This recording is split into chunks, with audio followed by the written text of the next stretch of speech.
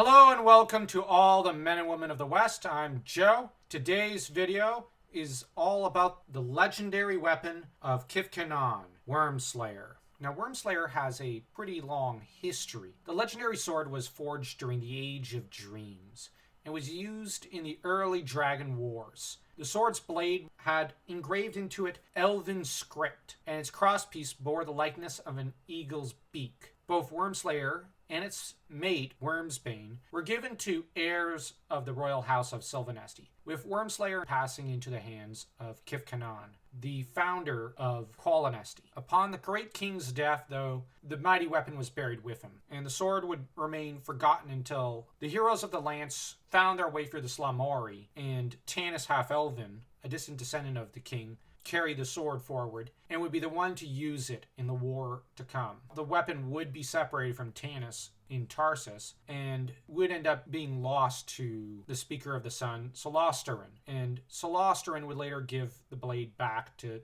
Tanis upon his wedding to Laurana, as though it were Solosterin's gift to him. Likely Kifkanon would have felt ashamed of his descendants' actions, as this is no different from a petty thief stealing from another man's house, let's say his most prized possession that was given to him by the man's grandfather, only to then say, well, this is my wedding gift to you. What Solosterin did was a very dishonorable act, but it's in character for Solosterin as a person. But as to the weapon itself, it'll be appearing in the Dragons of Deceit, no doubt. The weapon, though, is very special. Now, it tends to buzz and come to life when there's a dragon nearby. And Wyrmslayer, in D&D terms, a +3 Dragonbane longsword that grants the wielder a +3 resistance bonus against breath weapons and spells from all dragons. The sword is immune to the death throes effects of Ebaz Draconian. This is taken directly from the Dragonlance